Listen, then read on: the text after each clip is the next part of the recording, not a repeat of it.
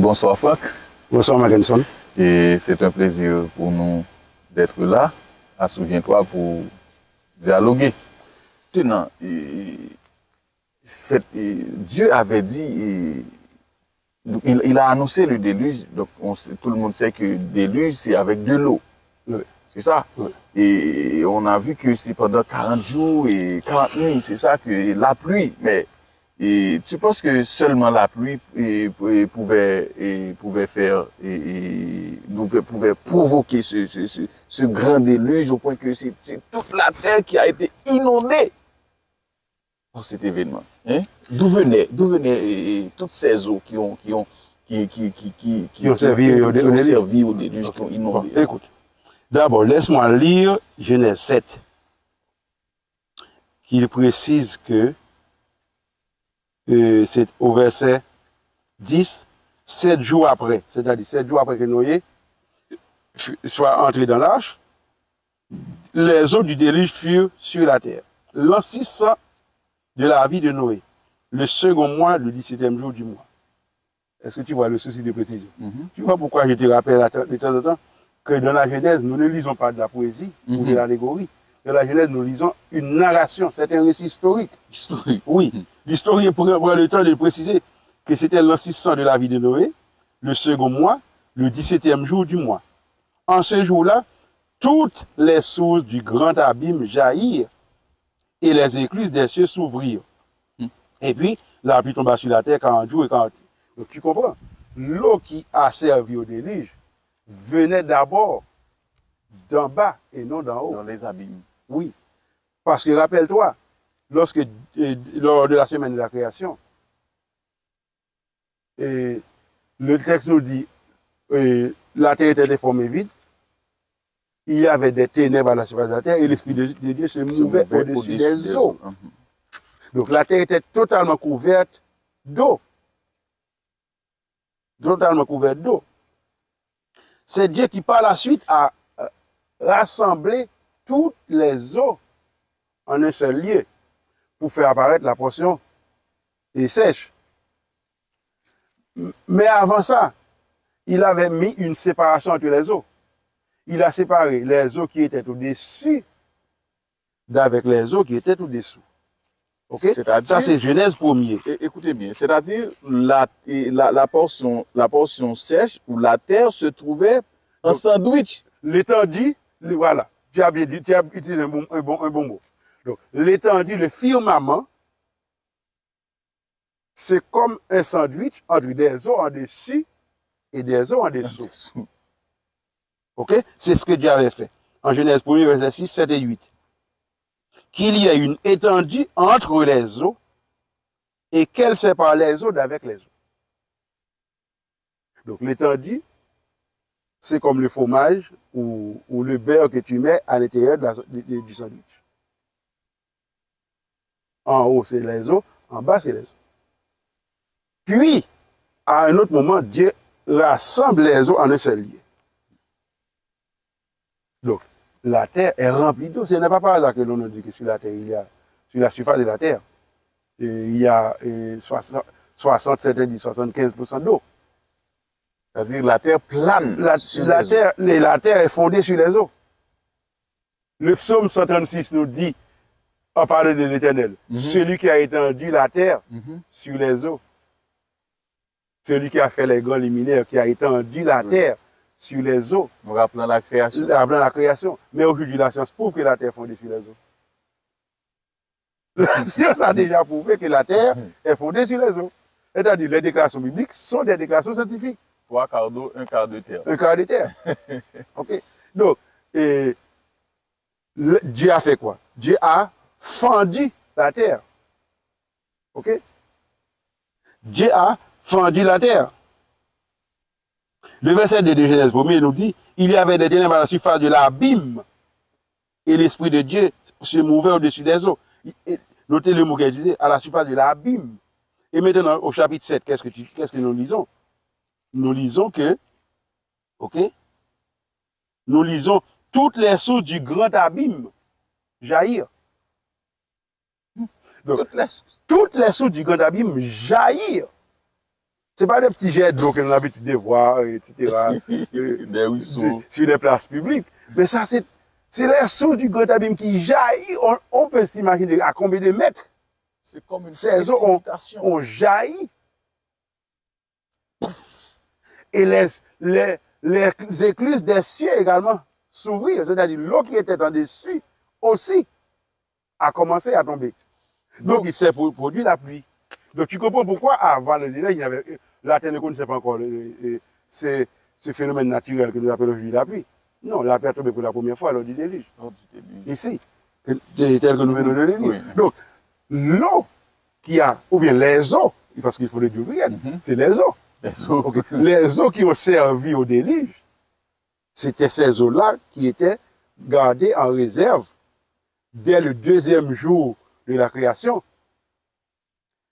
et qui allaient avoir cet usage-là, très probablement pour cette raison-là, lorsque Dieu organisait la semaine de la création, au deuxième jour, il n'a pas dit. Il n'a pas qualifié comme il a qualifié les autres jours. Vous dites que c'était bon. Vous dites, regarde, c'était bon. Est-ce que c'était mauvais? Non, c'est pas parce que c'était mauvais. Mais l'usage maintenant de ces eaux pour exécuter les jugements de Dieu, eh bien, c'est un usage terrible. Eh bien, ce sont les eaux du Grand Abîme qui jaillirent, plus les écluses des cieux qui s'ouvrirent, et qui ont donné de l'eau pendant 40 jours et 40 nuits sans arrêt. Donc tu comprends que toute la terre qui a été inondée. C'est ce que nous dit l'histoire. Mais c'est ce que la science nous prouve aujourd'hui. Avec des forêts entières que l'on trouve aujourd'hui qui sont fossilisées. OK?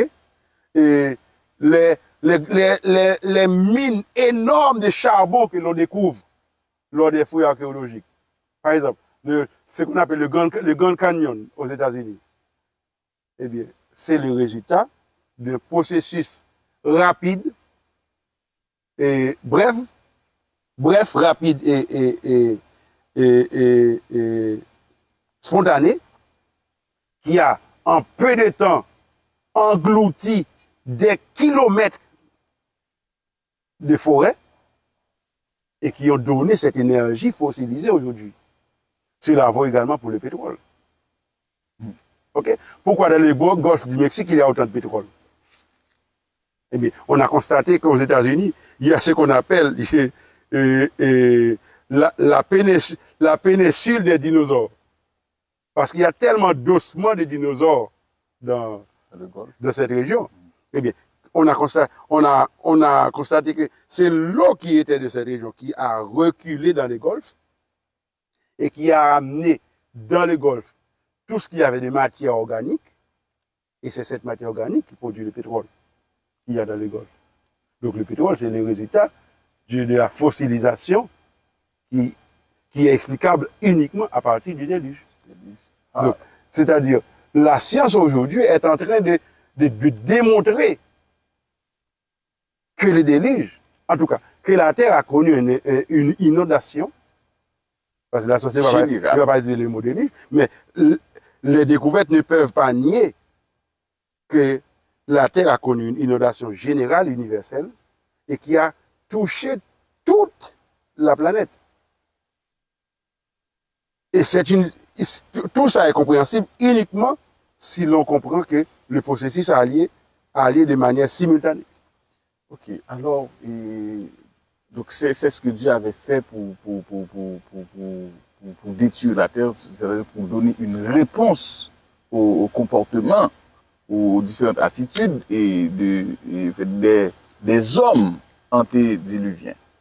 Et au fait, c'est la façon dont Dieu a résolu ou a décidé de résoudre le problème de la méchanceté et de la corruption, parce que au fait, comme tu viens de nous l'expliquer, donc Dieu a montré qu'il ne voulait plus constater ou vivre ces moments de désastre, ces moments de corruption. Et dans ce cas, comment devons-nous voir le déluge aujourd'hui? Ok. Écoute bien ce que je vais te dire. nous devons rappeler, et d'ailleurs tu l'as dit au départ, et je ne sais de parler de la Genèse. Oui. Et pourquoi je parle autant de la Genèse? Parce que j'aurais aimé, j'aimerais de préférence, que chaque internaute qui assiste à notre émission, souviens-toi, comprenne que la Genèse n'est pas un livre d'allégorie ou de poésie. La Genèse, c'est un livre d'histoire qui nous raconte qui nous sommes et d'où nous venons. J'aimerais que chaque internaute comprenne que l'histoire de l'homme, c'est la création, la chute, et très bientôt, combien de temps je dis, ne sais pas, la rédemption. La rédemption. Parce que je crois que c'est quelqu'un qui va arriver nécessairement. Ne me demande pas de date, je n'ai pas de date. Mais sous peu, la rédemption va être, je dirais, concrète, matérielle, visible. Effectivement. Ok, effectivement. Alors, qu'est-ce qui s'est passé au moment de la chute? Au moment de la chute, Dieu a prononcé un jugement. Et en prononçant ce jugement, il a fait une promesse. Sa promesse, c'est que sa postérité, son fils, viendra pour écraser la tête de l'ennemi du serpent.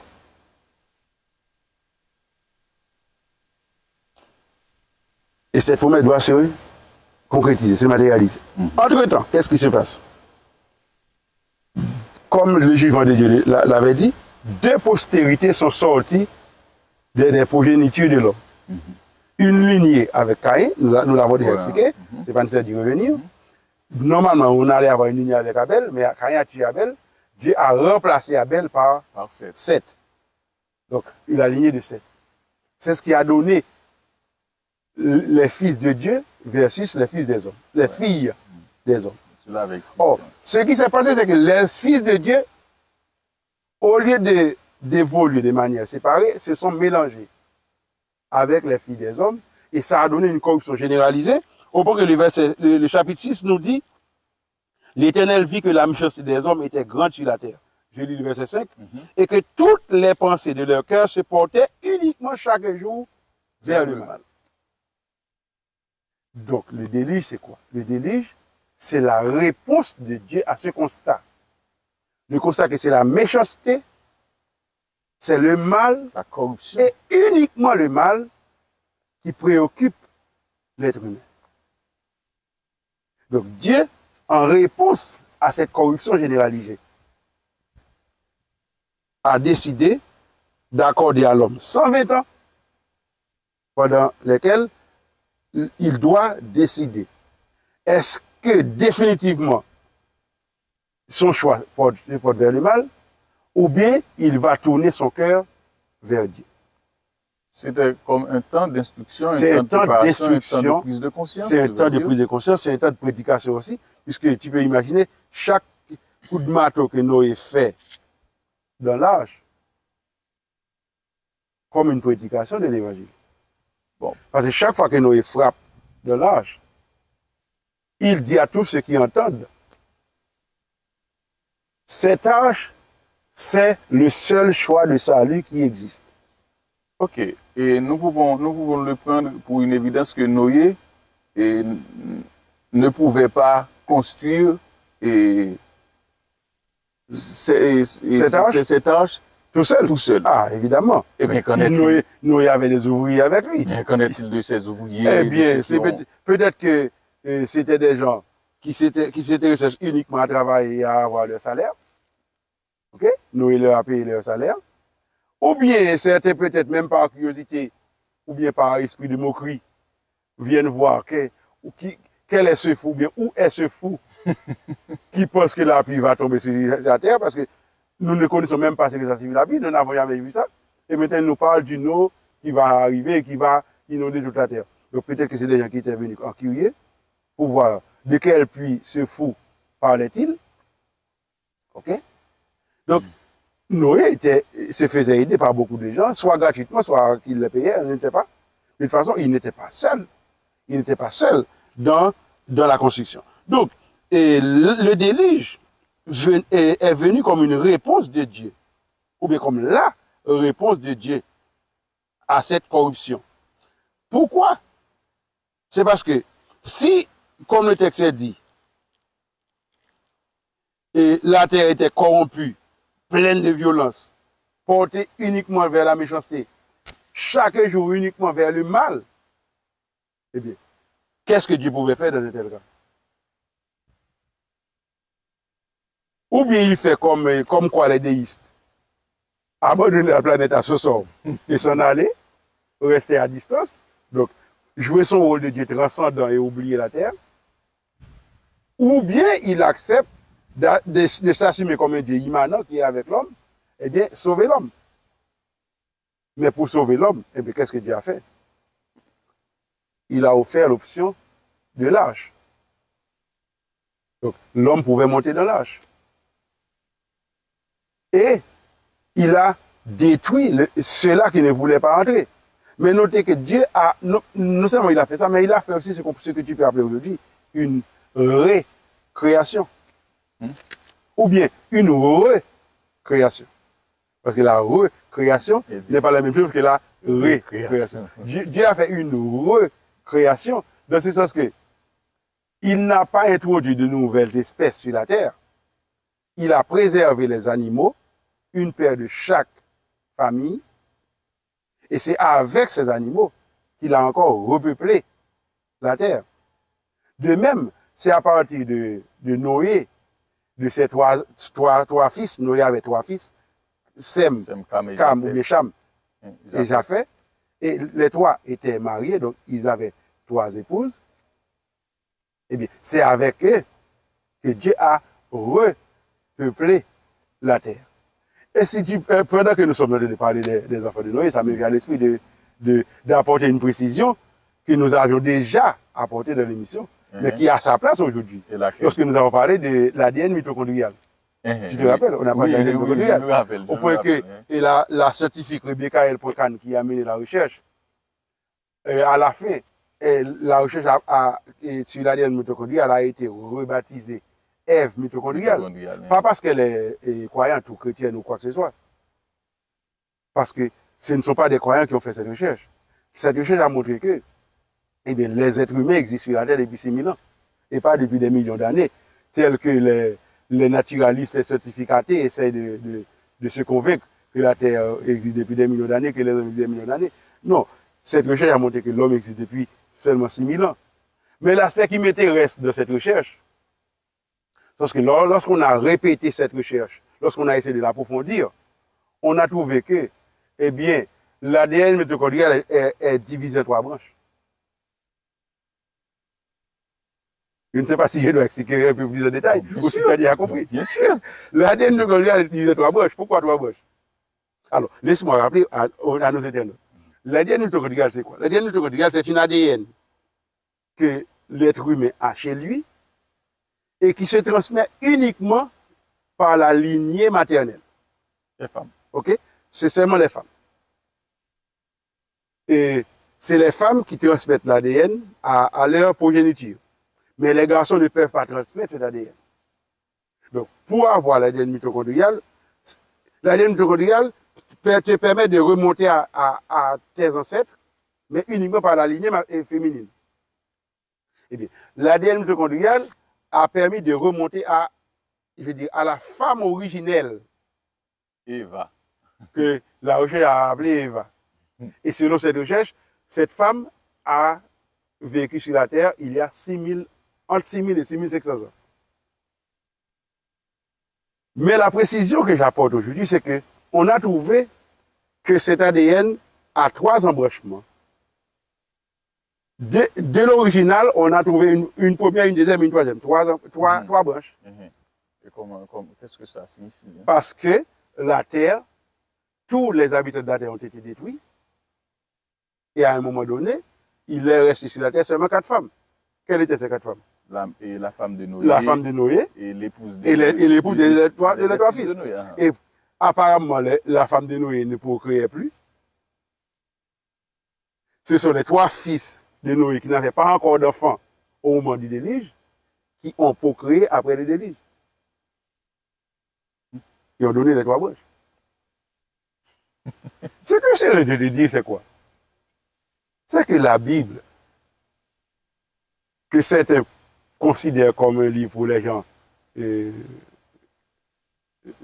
ici, chez nous, nous disons tête marée. Tête marée, ok. Des ignorants. C'est les gens ignorants. Okay. En réalité, la Bible, c'est la meilleure source de connaissances de l'homme dispose. La Bible, c'est la meilleure source de connaissances de l'homme dispose. Et la Bible est remplie d'affirmations scientifiques.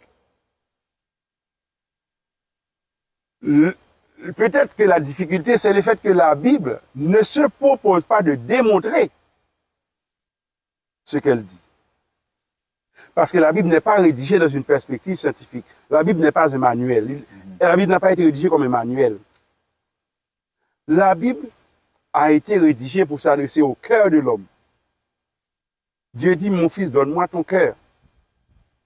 Et que tes yeux se complaisent dans mes voies. Donc, la Bible n'a pas été rédigée pour s'adresser au cœur je dirais, pour faire une démonstration, pour convaincre qui que ce soit. Cependant, lorsque l'homme donne son cœur à Dieu, eh bien à ce moment-là, il découvre une mine de connaissances. Le problème, c'est que tant que tu n'as pas fait cette démarche, tu ne découvriras rien. Tant que tu n'as pas accepté de donner ton cœur à Dieu, tu peux lire la Bible du 1er avril au 31 décembre, tu peux lire de Genèse 1er avril 22, tu ne découvriras rien. Parce qu'il faut d'abord donner ton cœur à Dieu pour découvrir cette mine qui se trouve dans la Bible, dans la parole de Dieu. Mais la Bible est remplie de déclarations scientifiques. Et aujourd'hui, plus on fait des recherches, plus on fait des découvertes, plus les découvertes, j'allais dire confirmer, mais la Bible n'a pas besoin de découvertes scientifiques pour la confirmer. Mais dans tout cas, si tu permets les mots, les découvertes scientifiques sont en train de corroborer les affirmations qui sont dans la Bible. De s'allier, de s'harmoniser avec la Bible. Voilà pourquoi la bonne science et la bonne interprétation de la Bible marchent toujours. De pair. De pair. La main, de commun accord. Bradsi. Ok. Ok. Donc, la science aujourd'hui est en train de nous prouver que le déluge est une réalité. Ce n'est pas une fable. Le déluge est une réalité. Ok? Et je ne sais pas si tu me permets d'ouvrir encore une parenthèse. Parce que je ferme cette parenthèse. Oui. Et il y a des gens qui sont curieux de savoir, mais comment peut-on dire, par exemple, l'an 600 de la vie de Noé, l'an 601 de la vie de Noé? Aujourd'hui, les hommes ne sont pas... Lorsque quelqu'un vit 100 ans aujourd'hui, on est heureux, on est content, etc. On le met sur les journaux, parce que c'est difficile de vivre. Mais écoutez... La réduction de l'espérance de vie. La réduction de l'espérance de vie vient du changement provoqué par le déluge. Parce que la première chose qui va se passer, c'est que l'homme va être obligé de changer d'alimentation. Tant les hommes que les animaux. À partir du déluge, qu'est-ce qu'on va constater? Eh bien, Dieu va autoriser, Dieu va dire à Noé qu'il peut manger des animaux. Pourquoi est-ce qu'il est obligé de manger des animaux? Bon, c'est ce que l'histoire montre. Oui, parce qu'il n'y avait plus de végétation. Mais l'histoire le montre. Tous les végétariens, lorsqu'ils sont dans une situation de rareté, deviennent carnivores. Tous les végétariens, lorsqu'il n'y a pas de végétaux, qu'est-ce qu'il faut faire? Bon. Tu penses qu'il va attendre que les végétaux grandissent? Qu'est-ce qu'il va faire? Il va manger le premier animal qui apparaît. Ok. Donc, Dieu a dit à Noé, eh bien, puisque, d'abord, lorsque le corbeau est sorti de l'âge, il est retourné parce qu'il n'y avait rien. Oui. Après encore 7 jours, Dieu a envoyé la colombe. La colombe a apporté après une deuxième fois. Apporté une feuille, une branche, une branche d'olivier. Ce qui signifie que l'eau s'était retirée, en tout cas pas sur toute la terre, mais sur suffisamment d'espace pour que l'eau puisse descendre. Et bien à ce moment-là, les feuilles ont commencé à repousser. Mais les arbres, les mangues, les bananiers, elles prennent du temps pour les céréales. Hein. Les céréales, elles prennent du temps pour pousser et puis commencer à donner leurs fruits. À ce moment-là, il fallait que Noé quand même survive. Lui et sa famille. Ils ont survécu en mangeant de la viande. Mais qu'est-ce qu'on a constaté? Eh bien, si tu constates, tu vas voir, même dans la postérité que l'on va te donner après, les gens vont vivre moins de temps. Tandis que les antédiluviens vivaient 900 ans, 800 ans. Mais entre Noé, qui est je dirais, l'homme de transition, oui. Entre Noé, ses fils, ses ancêtres et leurs descendants, eh bien, tu vas avoir une modification drastique. Leur espérance de vie allait diminuer catégoriquement. Et jusqu'à aujourd'hui, c'est le constat que l'on fait. À chaque génération, il y a je dirais, une dégénérescence dans la capacité de l'être humain. Ceci est vrai. Par exemple, moi, je me dis que j'aimerais bien vivre 70 ou 80 ans. Oui, parce que pour toi, c'est beaucoup.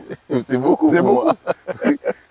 mais regarde le plan de Dieu pour l'homme, tu vas voir que être heureux de vivre 70 ans, c'est comme une insulte. OK? Parce que dans le plan de Dieu, lorsque tu as 150 ans, tu es un jeune homme qui doit maintenant choisir ton épouse. Donc Isaac avait 70 ans lorsque son père avait demandé alors 40 ans, Isaac avait 40 ans. Oui.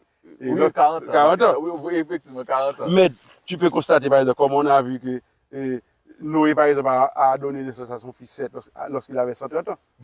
OK? Donc, pourquoi ce changement drastique? Eh bien, c'est à cause de tous les changements intervenus dans le changement, je dirais, dans les modifications apportées dans le cadre de la Terre. La Terre a connu un changement, une variation de température, l'oxygène que l'on dit actuellement. Eh bien, les recherches montrent, ce qu'on découvre dans les fossiles, dans les ossements, eh bien, que la qualité de l'oxygène avant le déluge était 50 fois meilleure. OK? Au point que, par exemple, une libellule, à l'époque de Noé, pouvait mesurer 1 mètre. Imagine-toi une libellule aujourd'hui qui mesure 1 mètre et qui apparaîtrait ici. Ah, bon. Nous mettrons tous à courir. À courir, donc c'est... D'ailleurs, c'est un loup-garou. Oui, et cette libellule n'allait pas pouvoir voler non plus, parce que l'oxygène actuellement est si rare que l'oxygène n'allait pas pouvoir alimenter le vol d'un insecte. De permettre à l'insecte de défier la pesanteur. Non, il n'allait pas permettre ça. Donc, c'est le résultat de tous ces changements apportés à partir du déluge. Mais il faut malgré tout voir comment Dieu est un Dieu d'amour. Parce qu'à travers le déluge, Dieu a réussi, malgré le péché, malgré la méchanceté des hommes, à préserver la race humaine. C'est ce qu'il faut voir. Ainsi que les êtres vivants aussi. Ainsi que les autres êtres vivants, les animaux, voilà, etc., qu'il y avait sur la Terre. Ok. Une dernière question pour terminer cette partie ou cette émission. Que devons-nous apprendre de tout cela en termes de message? Un Dieu qui a tout créé et au fait et l'homme qui a pris cette mauvaise direction et ce que Dieu a pris comme décision pour les détruire et malgré tout il l'a conservé. Il a décidé d'exercer un jugement. Que devons-nous apprendre? Et parmi les apprentissages sur lesquels je souhaite insister, d'abord il y a pour moi l'apprentissage de toujours placer sa confiance dans la parole de Dieu. Ce que Dieu dit, c'est ce qui va arriver. Ce que Dieu a dit qui s'est passé, c'est ce qui s'est réellement passé. Ce qu'il dit qui va se passer, c'est ce qui va se passer. OK? C'est parce qu'il est le même hier. Parce qu'il est le même hier, aujourd'hui et éternellement. Et Dieu ne fait pas d'apprentissage. OK? Dieu ne cherche pas à voir ce qui va arriver. Il sait déjà. Et dans certains cas, non seulement il sait, mais il choisit, il détermine. Il nous annonce. OK. Aujourd'hui, nos internautes doivent savoir que nous sommes dans le processus que j'ai appelé création, chute, rédemption. Nous sommes dans l'intervalle chute. Très bientôt, ce sera la rédemption. En réalité, la rédemption, c'est déjà réalisé. La rédemption est en train justement de se compléter. Parce que le Fils de Dieu, Jean 3, verset 16 nous dit, Dieu a tant aimé le monde qu'il a donné son Fils. Okay? Et il a donné son Fils pas pour faire une exhibition, mais il a donné son Fils afin que tous ceux qui croient, quiconque, peu importe sa couleur de peau, peu importe son sexe, peu importe sa race, peu importe l'endroit où il habite sur la terre, quiconque croient ne périssent pas. Donc aujourd'hui, personne n'est obligé de périr. Après le déluge, Dieu a fait une promesse à l'homme et il l'a mis dans le ciel. Tu vois le geste qu'il a fait? Il a mis son arc-en-ciel. Oui. Cet arc-en-ciel, c'est pour dire que je ne détruirai plus jamais la terre par un déluge. Donc l'arc-en-ciel, c'est, je dirais, c'est un symbole de l'amour de Dieu, c'est un symbole de la présence de Dieu, c'est un symbole de la protection de Dieu à l'homme. Ce symbole qui est aujourd'hui perverti par ceux-là qui veulent changer le plan de Dieu et qui utilisent l'arc-en-ciel comme symbole. Parce qu'aujourd'hui, si tu vois un drapeau arc-en-ciel, ça ne signifie pas la présence de Dieu, l'amour de Dieu, la préservation de Dieu. Ça signifie au contraire, c'est le symbole du camp de ceux qui luttent contre Dieu. Parce que nous avons montré dans l'une de nos émissions antérieures que le projet initial de Dieu, c'est un homme et une femme. Donc c'est le mariage hétérosexuel et monogamique. Mais aujourd'hui, l'arc-en-ciel est utilisé pour faire la promotion de toutes sortes d'idées, que deux hommes peuvent se marier, deux femmes peuvent se marier, etc. Tu connais toute l'histoire. Eh bien, l'arc-en-ciel, à chaque fois que l'arc-en-ciel paraît dans le ciel, Dieu nous rappelle qu'il ne détruira pas la terre par un déluge. Il ne détruira plus la terre par un déluge. Mais justement, il détruira la terre. En nous disant qu'il ne détruira plus la terre par un déluge, il nous rappelle qu'il détruira la terre. En réalité, le déluge a détruit uniquement ce qu'il y avait sur la surface de la terre. Mais la promesse de Dieu, c'est qu'il détruira la terre entière et qu'il établira une nouvelle terre. C'est ça la promesse de Dieu. D'ailleurs, tu peux remarquer que dans la Bible, tu as deux chapitres sans péché. C'est Genèse 1er et Genèse 2. À partir du chapitre 3, tu as l'introduction du péché. Jusqu'à Apocalypse 20, c'est le péché, c'est l'histoire du péché et les conséquences du péché. Et les deux derniers chapitres, 21 et 22, tu n'as plus de péché, c'est que le problème du péché est résolu. La parenthèse est refermée. Eh bien, Dieu nous dit qu'il va faire un jugement encore sur la terre. Aujourd'hui, qui ne constate pas que le cœur de l'homme est tourné chaque jour uniquement vers le mal, comme il est dit dans Genèse 6? Qui n'a pas fait ce constat? C'est le même constat.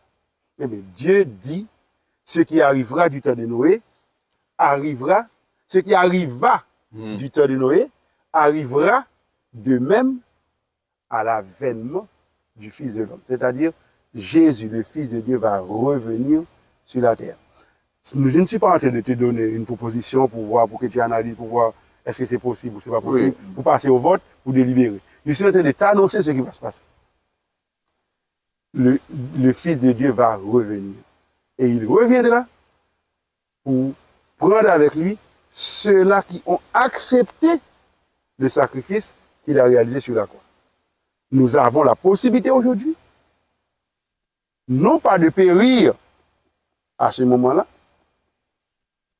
mais de préférence, de faire le choix d'accepter le sacrifice de Jésus et d'être avec lui sur la nouvelle terre qu'il se propose de créer. C'est ce qui va arriver et c'est l'invitation que je me permets de lancer à chaque internaute pour te dire, mon cher ami, je me permets de te tutoyer pour te dire, profite du temps que tu as maintenant pour accepter cette promesse de Dieu d'entrer dans son arche. C'est un langage symbolique parce qu'il est entré dans l'arche. L'arche de Dieu, eh bien, c'est la demeure que Jésus nous prépare actuellement dans le ciel, selon la promesse qu'il a faite dans Jean 14.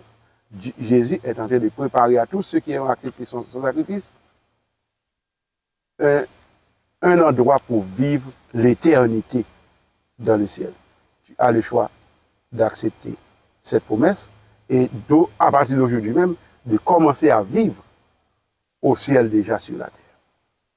D'accord, et merci Franck. Et c'était vraiment intéressant et instructif. Et j'espère que vous, chers internautes, téléspectateurs, téléspectatrices, et vous avez compris et que vous allez faire de votre mieux afin de vous rallier à la position de Dieu et accepter le message de Dieu en vue de participer à cette grande fête ou bien d'hériter dans la vie éternelle que Jésus promet et à son retour. Et nous vous remercions d'avoir été avec nous et nous vous donnons rendez-vous à semaine prochaine ou à la plus prochaine émission. Merci. Et n'oubliez pas, ici c'est Souviens-toi.